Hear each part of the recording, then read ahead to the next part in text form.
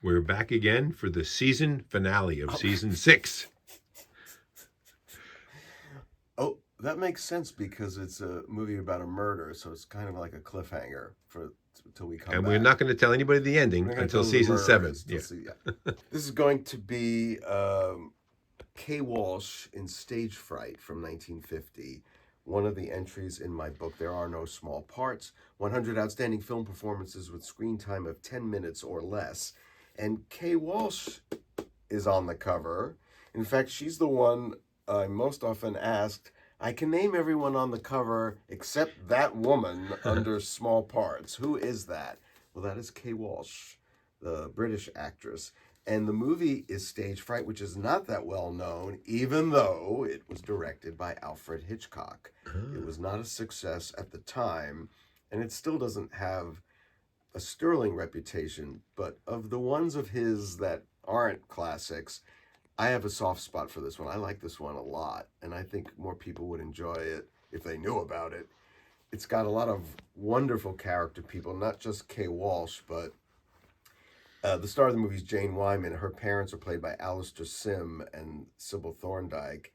They're kind of a comic subplot, and they're hilarious, and I love them. And there's wonderful Joyce Grenfell, who's also a comic addition to it. And it also stars Marlene Dietrich. It's got two charming leading men, Richard Todd and Michael Wilding. It's got a lot going on. It's got this theatrical background. And I have a great affection for this movie. So You have a great affection for Hitchcock also, right? I do. But some of the ones that weren't successful, I don't like either. But this one, if I had to pick my favorite of his, I guess, flops, this would be the one. What was special about him that was different from other directors? I don't know. Nobody kind of. He was called a master of suspense, of course, and nobody had the same feel for it. They made occasional really good thrillers and murder mysteries, but nobody, I don't want to say cranked them out, but the way he did, it was, from the 20s to like 50 years of superior thrillers, and just being able to mix suspense and humor, a lot of humor, sex appeal. Oh, there's a lot of sexiness in his teamings of actors and actresses.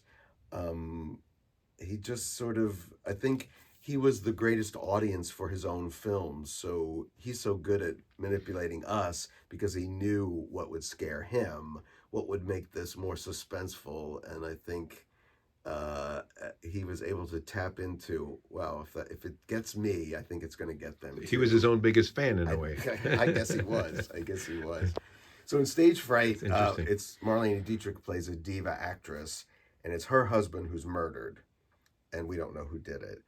And Jane Wyman is the friend of the prime suspect, played by Richard Todd, and to help him out, she wants to infiltrate Marlene Dietrich's world because she thinks Marlene did it, and she wants to be her dresser maid. So Kay Walsh plays Marlene's real dresser maid. So Jane Wyman pays her off, pretending to be a newspaper woman, to take her job for a while so she can figure out what's going on. So Kay Walsh is only in the movie for 6.5 minutes, and she's kind of a character you love to hate because she has no redeeming qualities. She's kind of pinched and snarling, and she often has a cigarette dangling out of her mouth. She has a huge chip on her shoulder, resentful, bitter, and she thinks nobody can get the better of her because there's no one as cynical as she is. But she's loving the attention the murder is bringing to her because people want to talk to her, the proud as she can. So she, of course, is paid off by Jane Wyman for this, changing of jobs, so Jane Wyman can get in there. And she's got this ongoing bit of in the pub rather, always ordering a gin and lemon, not too much lemon, dear, which is basically her kind of fake genteel way of saying straight gin. And she comes back later in the movie because she wants more money, so she's sort of blackmailing Jane Wyman. And again, I just love her because she's funny without trying to be funny. She's just someone, like I said, she's nasty, and she's not going to learn anything about being a better person, and she's nasty to everybody, and she's just a lovely injection into this movie. Just 6.5 minutes of a complete reprehensible character. But in a funny way. Well, not funny like Alistair Sim and Sybil Thornberg are funny. I just mean she's just like I said, you just enjoy being in her company because she's not going to have anything good to say about anything, and she's just a nice little tonic whenever she appears. Was Jane Wyman the murderer? No, I'm not going to tell you who the murderer was. Was the blackmail? She was blackmailing her for something. Well, when she finds out she's not a newspaper woman, she just wants more money so that she I didn't solve the mystery to her charade. The charade.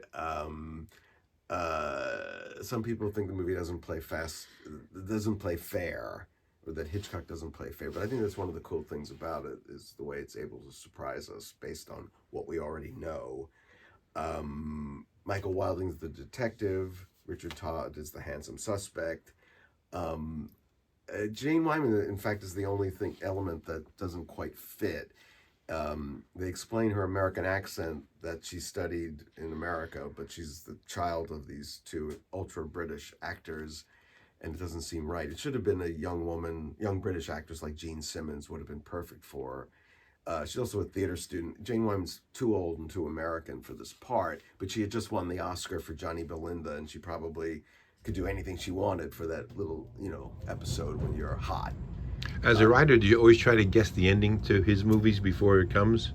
I think it's fun to try to guess the endings. And are you ever right? Because he has a twist at the end that, even if you got half of it right, you didn't get the whole thing right. I've seen them all. So I always know now when I see them. I'm trying to remember when I didn't know, and I don't think I can. But I think you do try to see where are the red herrings, where have they laid enough groundwork that we could plausibly go in the wrong direction in a good way, and for the surprise. He seems a master at that. Yeah.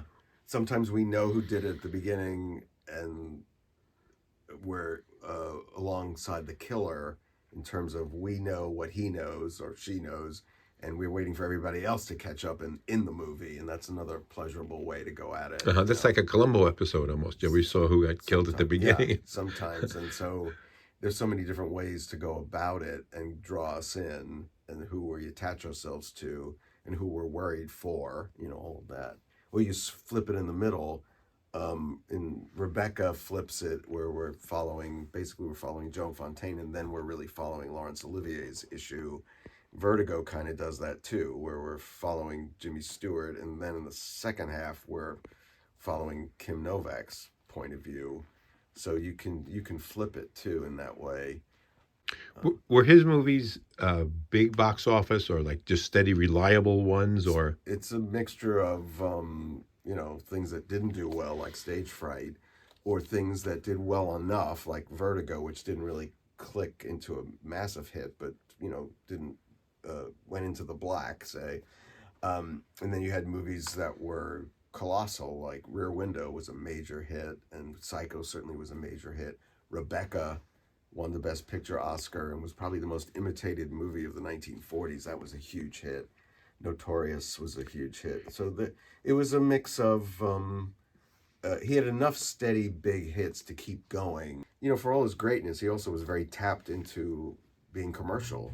He wanted to make money. He wanted people to see the movies, and they loved them, and they came to rely on him and depend on him. I see that at the Milford Theater when I show the Hitchcock movies. People come. Yes. Because they know they're going to get what they came for. The television show starts in 1955 and goes to, I believe, 1962. So, and that's during really some of his biggest movie years as well. So the audience knows him from coming into their living rooms, the actual him. And this is the years of, it's right after Rear Window, but you got The Man Who Knew Too Much, and Vertigo, and North by Northwest, and Psycho, and then The Birds at the end, 1963. So I was thinking, so unlike other people who were washed up and then they went on television, he was at the height of his career, really, and he didn't feel like he was humbling himself, because those were really great shows too. Yeah. So that was all. Those would be the peak between TV and film, rocking at the same time. That's kind of the peak of his career. And then after the TV show and then things start to change, as we talked about with The Graduate, and the culture's changing, and so he's not really going to be able to. He makes a little more explicit thrillers like Frenzy, which is very good, but now it's a different world. So much of what Hitchcock was brilliant at was being suggestive, Right. and now that's gone out the window because there's no need for it anymore. Well, wait, okay. he didn't show stuff because he couldn't show stuff? I thought he was just a master at not showing stuff. Well, so there were restrictions on him? Oh, on everybody, sure. So there's famous in Notorious with Cary Grant and Ingrid Bergman. It's the longest kiss, supposedly. But you couldn't really kiss for, I don't remember how many seconds without stopping because it would be considered too much. So he has that long scene of them kissing, but they keep stopping. So it's actually sexier than if they were just attached for a minute. Where they talk and they kiss, and it's constant kissing. And it's much sexier because he couldn't do it the other way. So he was always finding the ways around it, and often coming up with sexier things. And certainly the same thing with the violence, what you couldn't show, what had to be off screen and suggested rather than, So in a weird way, those censors actually added something. Yes. History of cinema, yeah. Certainly, boundaries can be very liberating, creatively. Like, okay, if I can only do from here to here, what can I do? As opposed to do anything you want. Yeah. He was definitely a master at that, as many of the great directors were, about what you could sneak in and suggest and arouse by, not being explicit, but stirring people. Thanks so much, John. You gave us some insight into Hitchcock that I think we didn't have before. Oh boy. Thanks, Nick. Thanks very much.